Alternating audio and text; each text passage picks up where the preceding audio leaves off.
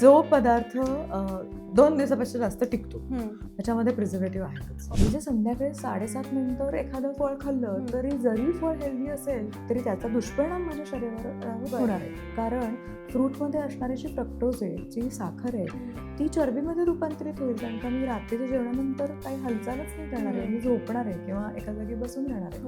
आपल्याला रोज चरबी कमी करायची आहे, वजन कमी करायचं आहे, तर मला काहीतरी चोथा खाल्ला पाहिजे हे आपल्याला माहिती आहे. सो आठवड्याची प्रत्येकी माणशी 1 गाजर 1 काकडी आपण आणून ठेवलं, हे आपल्या हातात आहे. फॅन्सी सॅलडच खाल्लं म्हणजे माझं वजन कमी होणार आहे असं नाही. आपल्याकडे वाफवण्याची प्रोसेस आहे, इडली वाफवली जाते, मोदक वाफवले जातो. आपल्याकडे भाजण्याची प्रोसेस आहे, आपल्याकडे उकडण्याची प्रोसेस आहे, आपल्याकडे परतण्याची प्रोसेस आहे. आपण बटाट्याच्या काचऱ्या करतो तेव्हा परततो ना, त्या कुरकुरीत करतो. बरोबर. सो ह्या कुकिंग प्रोसेसमध्ये जर आपण बदल करू शकलो तर पदार्थांची रुची पण नक्की बदलते, चव बदलते आणि त्याचा वापर आपण केला तर चविष्ट आणि पौष्टिक असं दोन्ही एकत्र खाऊ शकतो. तर शेपूची भाजी केली की मुगाची डाळ टाकली, ढबू मिरचीची भाजी केली की पीठ लावलं, पालेभाजी असेल त्याच्यात डाळ टाकली. So these are the combination. तर त्याच्याने प्रथिनांची व्हॅल्यू वाढणार आहे जेवणात. Healthy eating is not difficult. तुम्हाला हेल्दी इटिंगसाठी थोडेसे एफर्ट्स घेणं आणि थोडीशी शिस्त लावणं, या दोघांचा संयोग केला तर आरामात होईल. Okay, interesting. हाय, हॅलो, नमस्कार. मी दिव्या आणि तुम्ही पाहत आहात द ऑड इव्हन. मंडळी, डाएट हा आपल्या सगळ्यांच्या जवळचा विषय असतो. म्हणजे कोणी वेट लॉससाठी डाएट करत असतं, कोणी हेल्दी राहण्यासाठी डाएट करत असतं, तर कोणी वय वाढतायत आरोग्याकडे लक्ष द्यायला पाहिजे म्हणून डाएट करत असतं. या सगळ्यामध्ये इंस्टाग्राममध्ये मस्त क्विक हेल्दी रेसिपीज दिसत असतात, त्याचे रील्स सेव्ह केले जातात, यूट्यूबवरती सर्च केलं जातं. पण होतं काय, नव्याचे 9 दिवस असे संपून जातात आणि पुन्हा पहिले पाढे 55 येतात. खूप गोष्टींमध्ये यामध्ये आपल्याला कन्फ्युजन दिसतं की मला नेमके किती प्रोटीन मी दिवसातनं खाल्लं पाहिजे, कार्ब्स किती घेतले पाहिजे, कॅलरीज किती कन्झ्युम केल्या पाहिजे आणि यातनं स्वतःचा काहीतरी वेगळाच कस्टमाइज्ड प्लॅन बनला जातो. पण ह्याच्यामध्ये कितपत तथ्य आहे, म्हणजे तुमचा डाएट प्लॅन कसा असला पाहिजे, तुम्हाला नेमकी तुमची प्लेट कशी दिसली पाहिजे, सगळ्या गोष्टी, हे सगळं डाएटबद्दलचं कन्फ्युजन आज आपण डिकोड करणार आहोत. आणि त्यासाठी माझ्या बरोबर आज स्टुडिओमध्ये आपल्याला जॉईन झालेले आहेत nutritionist Avanti Damle madam. Madam, खूप स्वागत आहे मनापासून. Thank you so much. मॅम, मला या सगळ्या विषयावरती खूप प्रश्न विचारायचे तुम्हाला, कारण खूप कन्फ्युजन मला आजूबाजूला दिसतंय. पहिला प्रश्न मला हाच विचारायचा आहे की हेल्दी डाएट म्हणजे नेमका काय प्रकार असतो, काय आहे हेल्दी डाएट, कशाला म्हणायचं? ओके, हेल्दी डाएटमध्ये जर आपण बघितलं तर सायंटिफिक व्याख्या जर बघायची म्हटली तर कॉम्बिनेशन आहे हे मायक्रोन्यूट्रियन आणि मायक्रोन्यूट्रियनचं. मॅक्रो, MACRO, मॅक्रो म्हणजे मोठ्या प्रमाणात घेतले जाणारे न्यूट्रियंट्स आणि मायक्रो म्हणजे ते इसेन्शियल आहेत पण ते कमी प्रमाणात घेतले तरी चालतील असे. सो मॅक्रोमध्ये येतात कार्बोहायड्रेट्स, प्रोटीन, फॅट्स आणि पाणी. ह्या 4 घटकांचा त्याच्यामध्ये वापर केलेला असतो. आणि मायक्रो जे आहेत ते कमी प्रमाणात घेणं अपेक्षित आहे पण ते मस्ट आहे. They are quite essential. Those are vitamins आणि मिनरल्स. ह्या सगळ्याचा एकत्रीकरण म्हणजे एक हेल्दी इटिंग पॅटर्न सेट करणं असं आपण म्हणू शकतो. ओके, पण ह्याच्यामध्ये पण आपल्याला 2 गोष्टी अजून लक्षात घेणं गरजेचं आहे की हेल्दी डाएट हे सीझनप्रमाणे असावं आणि आपल्या भौगोलिक परिस्थितीनुसार असावं. म्हणजे मला महाराष्ट्रामध्ये, पुण्यामध्ये डाएट फॉलो करायचं आहे तर ते माझं भौगोलिकदृष्ट्या पण मला ते इझी असावं, सस्टेनेबल असावं तर मी ते फॉलो करू शकेन.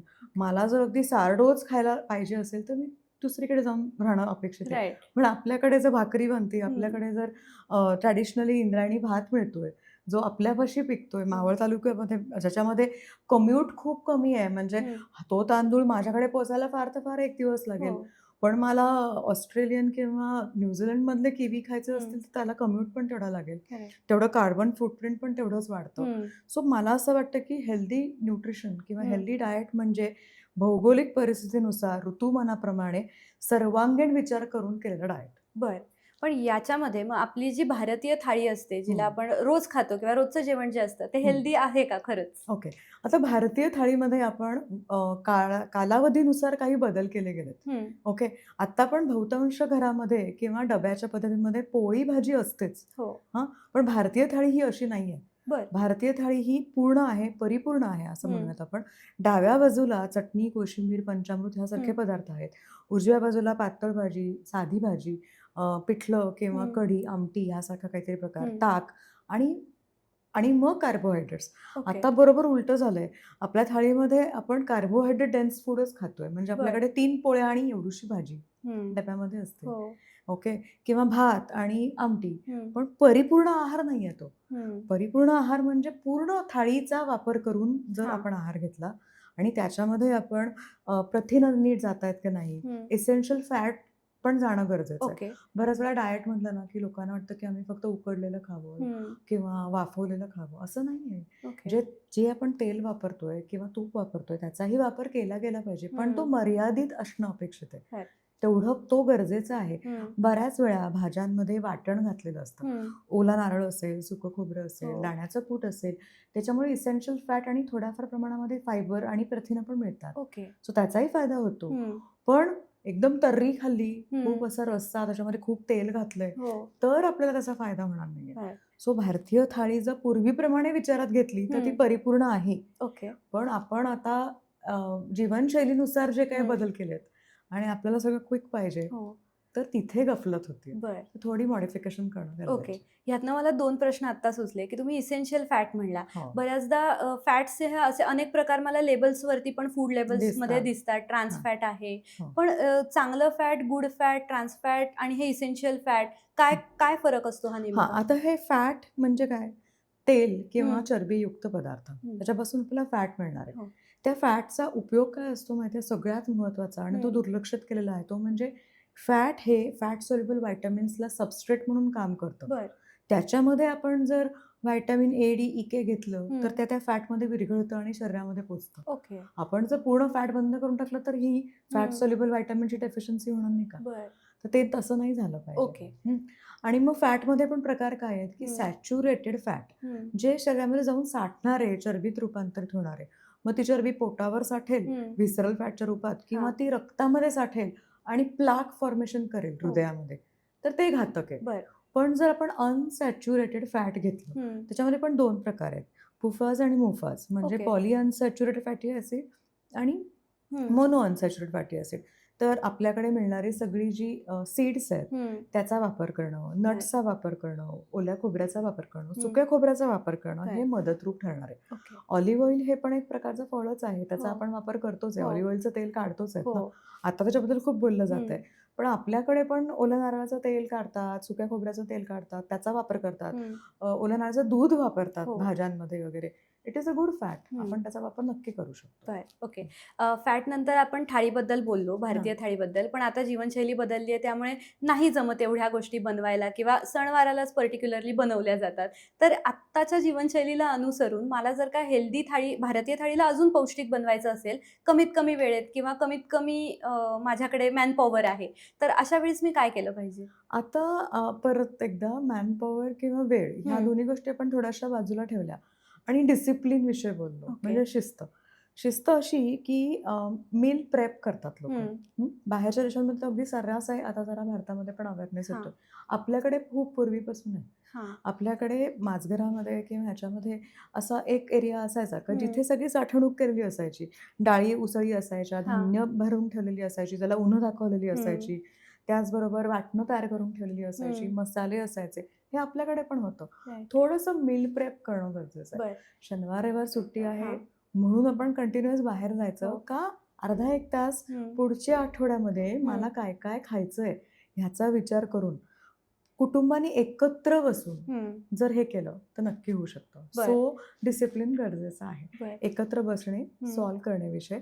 मग थोडी तयारी करून ठेवणे, भाज्या ओके. निवडून ठेवणे, शेंगभाजी असेल तर त्या हं. व्यवस्थित सोलून निवडून ठेवणे, राइट. पालेभाज्यांचं व्यवस्थित वर्गीकरण करणे, हं, हं. सॅलड. आता आपल्याला माहिती आहे आपल्याला हं. रोज चरबी कमी करायची आहे, वजन कमी करायचं आहे, तर हो. मला काहीतरी चोथा खाल्ला पाहिजे हे हं. आपल्याला माहिती आहे. हं. सो आठवड्याची प्रत्येकी माणशी 1 गाजर, 1 काकडी आपण आणून ठेवलं. बरं. हे आपल्या हातात आहे. हं. फॅन्सी सॅलडच खाल्लं म्हणजे माझं वजन कमी होणार आहे असं नाहीये. ओके. चोथा पोटात गेला पाहिजे. हं. तो तुम्ही नॉर्मल काकडी धुवून घेतलीत आणि डब्याबरोबर ती खाल्ली, हं. चिरली सुद्धा नाही तरी पण चालणार आहे. बरं.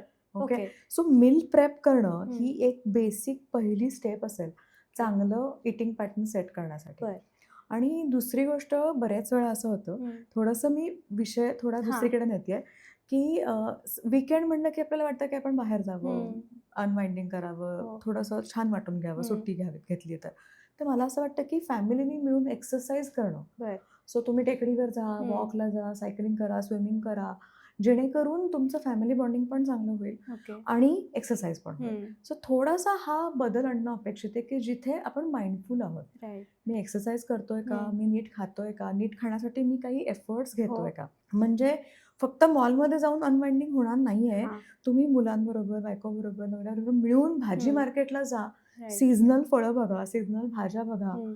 त्याचाही तुम्हाला खूप आनंद येणार because you are taking efforts for yourself. Correct.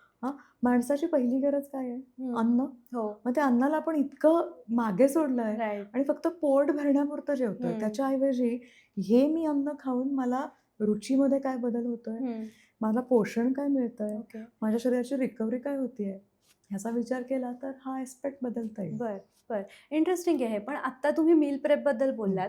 मी असेही काही उदाहरणं बघितलीत की मुंबईसारख्या शहरांमध्ये जिथे लोक आठवड्याच्या भाज्या फ्रीजमध्ये स्टॉक करून ठेवतात, किंवा इव्हन वर्किंग वुमन ज्या असतील त्या 2 वेळचा स्वयंपाक सकाळीच करतात, नोकरीला जाण्यापूर्वी फ्रीजमध्ये ठेवतात आणि जातात. अशा काही हॅबिट्समुळे त्या पदार्थातली पोषण मूल्य कमी होतात का? अजिबातच नाही, अनलेस अँड अंटिल तुम्ही त्याला खूप प्रोसेस करताय. बर. उलट असे रिसर्च आहेत आता, जर तू बघितलंस तर, की तुम्ही भात शिजवून ठेवा, तो रात्रभर ठेवा, हां. ओके, आणि दुसऱ्या दिवशी खा, तर त्यातलं स्टार्च बदलतंय बर. आणि ते स्टार्च शरीराला पोषक आहे. हम्म. तसं खाल्लं तरी चालेल. ओके. आणि आता तुमची जनरेशन माहिती नाही, पण हो. आमची जनरेशन तर फोडणीच्या भातावर वाढली. हो. बरोबर. सकाळी उठल्यानंतर फोडणीचा भात किंवा हो. दही भात, हो. हा एक मेतकूट भात, हा खरंय. एक आमच्याकडचा ट्रॅडिशनल नाश्त्याचा पदार्थ होता. बरोबर. इडली वगैरे कधीतरी बनायची, हम्म. ट्रॅडिशनली मेतकूट भात, दही भात, फोडणीचा भातच खाल्ला बरोबर. गेलेला आहे. सो हे आपण करू शकतो. आणि हे आपल्याला माहिती असतं की आपण पदार्थ जेव्हा बनवतो त्याच्यामध्ये किती ऑइल टाकलं. हो. ओके, बाहेरून एखादी क्वांटिटी कुकरीमध्ये बनवलेले पदार्थ घेण्यापेक्षा, खूप प्रमाणामध्ये म्हणजे 100 लोकांचा स्वयंपाक जिथे बनतोय हो. तिथून तिथून पदार्थ आपण घेण्यापेक्षा आपल्या घरात 4 जणांसाठी आपण जेव्हा पदार्थ बनवतो तेव्हा आपण इन्ग्रेडियंट जे वापरतो त्याच्याबद्दल थोडेसे जागरूक असतो. त्याच्या हायजीन आपण व्यवस्थित मेंटेन केलं असतं, बरोबर. तर हे नक्की चालणार आहे. ओके. हे नक्की चालणार आहे. असं अजिबातच नाही आहे की सकाळी वेगळी भाजी, संध्याकाळी वेगळी भाजी खाल्ली पाहिजे. हां. मी असं म्हणेन की तुम्ही भाजी करताना त्याच्यामध्ये न्यूट्रिएंट व्हॅल्यूचा विचार करा, ओके. व्यंजन वापरा. व्यंजन हे एक म्हणजे तू कुकरी बुक्स जर वाचली असतील हां. तर उदाहरणार्थ हां. द्यायचं तर शेपूची भाजी केली की मुगाची डाळ टाकली, हां. ढबू मिरचीची भाजी केली की पीठ लावलं, ओके. पालेभाजी असेल त्याच्यात डाळ टाकली. So these are the combinations. तर त्याच्यानी प्रथिनांची व्हॅल्यू वाढणार आहे जेवणातली, बरोबर. सो असे पदार्थ आपण केले तर आपण नक्की हेल्दी खाऊ शकतो. Okay. Healthy eating is not difficult. बर. तुम्हाला हेल्दी इटिंगसाठी थोडेसे एफर्ट्स घेणं आणि थोडीशी शिस्त लावणं, बरं. या दोघांचा संयोग केला तर आरामात होऊ शकतो. ओके. इंटरेस्टिंग. आता नाश्त्याबद्दल पण तुम्ही उल्लेख केला. नाश्त्याचाच मला पुढचा प्रश्न विचारायचा आहे. हल्ली नाश्ता स्किप करतात बरेच लोक. ब्रंच ही कॉन्सेप्ट सुद्धा नवीन आली आहे. तर नाश्ता हा खरंच दिवसातला म्हणजे पहिलं जेवण खरं तर आपण म्हणू शकतो नाश्ता आहे. नाश्ता किती इम्पॉर्टंट असतो? आता नाश्ता इम्पॉर्टंट आहे, पण म्हणून तुम्ही काय निवडताय ह्याला पण इम्पॉर्टन्स देणं गरजेचं आहे. नाश्ता काय इम्पॉर्टंट आहे, कारण का आपण 7 ते 8 तास झोपलोय. आपलं लिव्हरमध्ये जी काही ग्लायकोजन स्टोरेज आहे, जी एनर्जी स्टोअर केलेली आहे ती रात्रभरात वापरून झाली आहे. सो लिव्हर पण एम्प्टी झालंय. तो मग सकाळी उठल्यानंतर भूक लागणारच आहे. पण मग त्यावेळेस आपण सकाळची सुरुवात जर नुसती चहा आणि बिस्किटं खाल्ली तर you will not gate nourishment, बरोबर. सो मी असं म्हणेन की ज्यांना काही खायचं नाहीये त्यांनी नट्स आणि सीड्सचा वापर करावा, फळ खावं, प्रथिनयुक्त पदार्थ खावेत. उदाहरणार्थ मोडली कडधान्य असतील, एखादी वाटी दही असेल किंवा अंड्यातलं पांढरं असेल, याचा समावेश केला तरी चालेल. खूप नाश्ता म्हणजे आता इडली सांबार, चटणी, वडा सांबार, डोसे असे खायला पाहिजे असं काहीच नाही. जर बनवत असा तुम्ही ते नक्कीच खाऊ शकता, पण it is not compulsory. You have to eat sensibly. Mindful eating करणं गरजेचं आहे. माइंडफुल इटिंग म्हणजे काय? Right food at right time at right combination. Okay. मी जर संध्याकाळी 7:30 नंतर एखादं फळ खाल्लं तरी जरी फळ हेल्दी असेल तरी त्याचा दुष्परिणाम माझ्या शरीरावर होणार आहे. कारण फ्रूटमध्ये असणारी जी फ्रक्टोज आहे, जी साखर आहे, ती चरबीमध्ये रूपांतरित होईल. कारण का मी रात्रीच्या जेवणानंतर काही हालचालच नाही करणार आहे, मी झोपणार आहे किंवा एका जागी बसून राहणार आहे. सो तुम्ही काय खाताय, कुठल्या वेळेत खाताय आणि किती प्रमाणात खाताय, हे खूप इम्पॉर्टंट आहे. मग हा हेल्दी खाणं आणि चविष्ट खाणं यातला बॅलन्स कसा साधायचा? अगेन हे एक खूप मोठं मिथ आहे की डाएट फूड हे अनहेल्दी असतं. असं अजिबातच नाही आहे. आपल्याला मीठ खाऊ नका किंवा तुम्ही फक्त उकडलेलं आणि वाफवलेलंच खा असं नाहीये. आपल्याकडे रुची पालट करायला कुकिंग प्रोसेसेसमध्ये बदल केले गेलेत. आपल्याकडे वाफवण्याची प्रोसेस आहे. इडली वाफवली जाते, मोदक वाफवले जातात. आपल्याकडे भाजण्याची प्रोसेस आहे, हो. आपल्याकडे उकडण्याची प्रोसेस आहे, हम्म. आपल्याकडे परतण्याची प्रोसेस हो. आहे. आपण बटाट्याच्या काचऱ्या करतो तेव्हा परततो ना, हो. त्या कुरकुरीत करतो. बरोबर. सो ह्या कुकिंग प्रोसेसमध्ये जर आपण बदल करू हम्म, शकलो हम्म. तर पदार्थांची रुची पण नक्की बदलते, चव बरं. बदलते हम्म. आणि त्याचा वापर आपण केला तर चविष्ट आणि हम्म. पौष्टिक असं ओके. दोन्ही एकत्र खाऊ शकतो. बरं, इंटरेस्टिंग.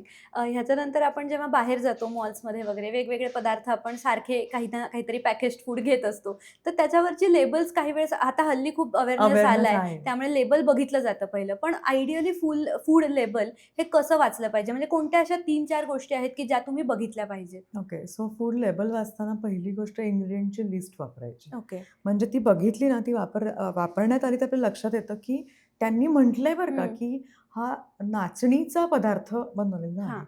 नाचणी किती ग्रॅम आहे ते पण बघावं लागेल. हम्म. म्हणजे मैद्याच्या तुलनेत जर नाचणी कमी असेल हां.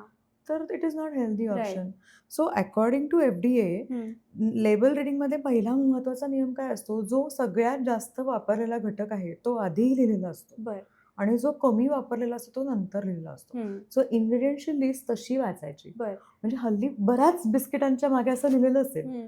की रिफाईंड फ्लावर हां. तो पहिला आहे हां. आणि मग त्याच्यानंतर त्यांनी म्हटलंय की आम्ही काय नाचणी वापरली, आम्ही सोयाबीन वापरली. हो. काय उपयोग त्याचा? हां. कारण त्याची लिस्ट त्याच्या नावाप्रमाणे तुम्ही बघितलं तर मला लक्षात की जो सगळ्यात जास्त वापरलेला घटक आहे तो पहिल्यांदा Right. लिहिलेला आहे. आणि त्याचबरोबरीने कॅलरी वाचायच्या. हम्म. पर्सेंटेज ऑफ फॅट किती वापरलं गेलंय. बरं. मग ते त्यांनी लिहिलेलं असतं 100 ग्रॅममध्ये. हम्म. पण वाटतं 100 ग्रॅममध्ये 17 ग्रॅमच आहे, मग मी हां. खाऊ शकतो. पण एक बिस्किट किती ग्रॅमचं आहे? हम्म. 50 ग्रॅमचं आहे. राईट. तर तसं कॅल्क्युलेट करता आलं पाहिजे. ओके. हे ओके. बॅलन्स शीट आहे. बरं. ओके. ओके. आहाराचं आता बॅलन्स शीट. आहाराचं बॅलन्स शीट आहे. तुम्हाला सगळीकडे बॅलन्स साधावाच बरं. लागेल. पण आता ह्याच्यातनं मला असा प्रश्न पडतो की मग प्रोटीन, कॅलरीज किंवा कार्ब्स म्हणजे पर डे आपण किती कन्झ्युम केल्या पाहिजे? म्हणजे वयानुसार, जेंडरनुसार ते बदलतं की? अगदीच बदलतं ओके. आणि प्रत्येकाच्या शारीरिक ऍक्टिव्हिटीनुसार सुद्धा ओके. बदलतं. सो कोणाला 25 कॅलरीज पर हम्म. केजी बॉडी वेट एक नॉर्मल माणूस की हां. जो 9 ते 5 जॉब करतो. हम्म. कोणाला जर ॲथलीट असेल तर त्याला 35 calories per KG body weight आपल्याला बरं. द्यावं हां. लागेल.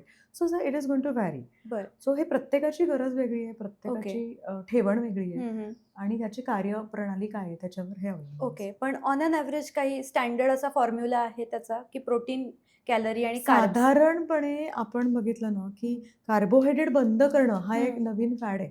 हां. आम्ही कार्बोहायड्रेट घेतच नाही. आम्ही हो. फक्त प्रोटीन्स आणि फक्त फायबर खातो. हम्म. नाही. कार्बोहायड्रेटचा बेसिक रोल काय आहे?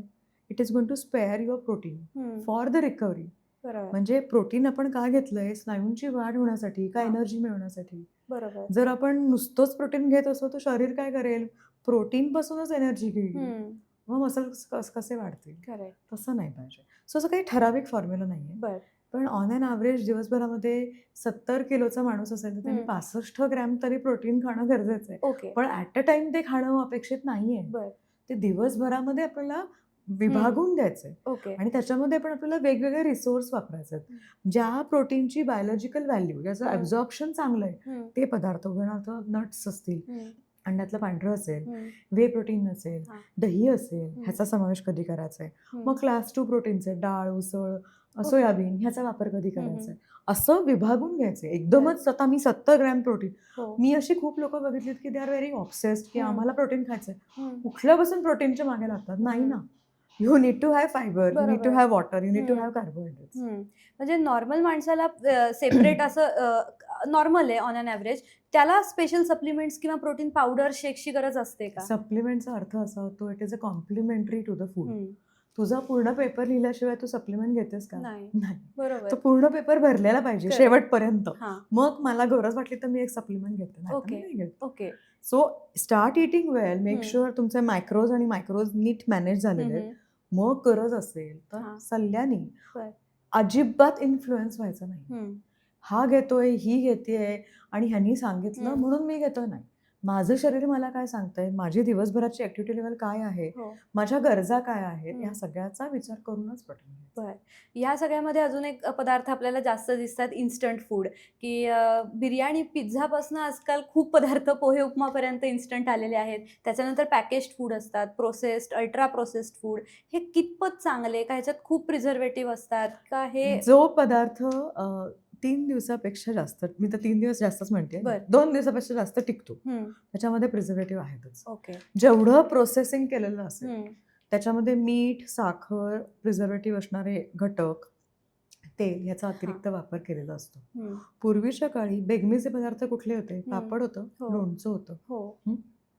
दोन्हीमध्ये तेल आणि मिठाचा वापर जास्त हम्म. होता. मग नंतर थोडेसे मुरांबे आले. हम्म. अननसाचा मुरांबा असेल, आंब्याचा असेल, फळांचे असेल, त्याच्यामध्ये साखर जास्त होती. हम्म. सो हे बेगमीचे पदार्थ होते. उपसूट पोह्यांपासून उपम्यापर्यंत हम्म. सगळे पदार्थ बेगमीने टाकलेले नव्हते. राईट. बरोबर. Again it is just a micro management. बर. ओके. ओके. आपल्याला ह्या गोष्टीची भीती असते की अरे मला स्वयंपाक करायचा आहे, हम्म. ह्याच्याऐवजी आपण थोडं प्रेप करून ठेवलं. हम्म. आणि अगेन विमेन, स्पेशली स्त्रिया, त्यांना मदत मागायची पण लाज वाटते. हो. मदत मागायची की मला याची मदत पाहिजे, हम्म. मला सगळ्यांच्यासाठी मी सॅलड करते ना, बरोबर. तर सॅलड चिरायची जबाबदारी एकाने वाटून घ्यायची. हम्म. तर मग काम डिवाइड झालं की आपोआप सगळं आरामात सुरळीत होऊ शकतं. ओके.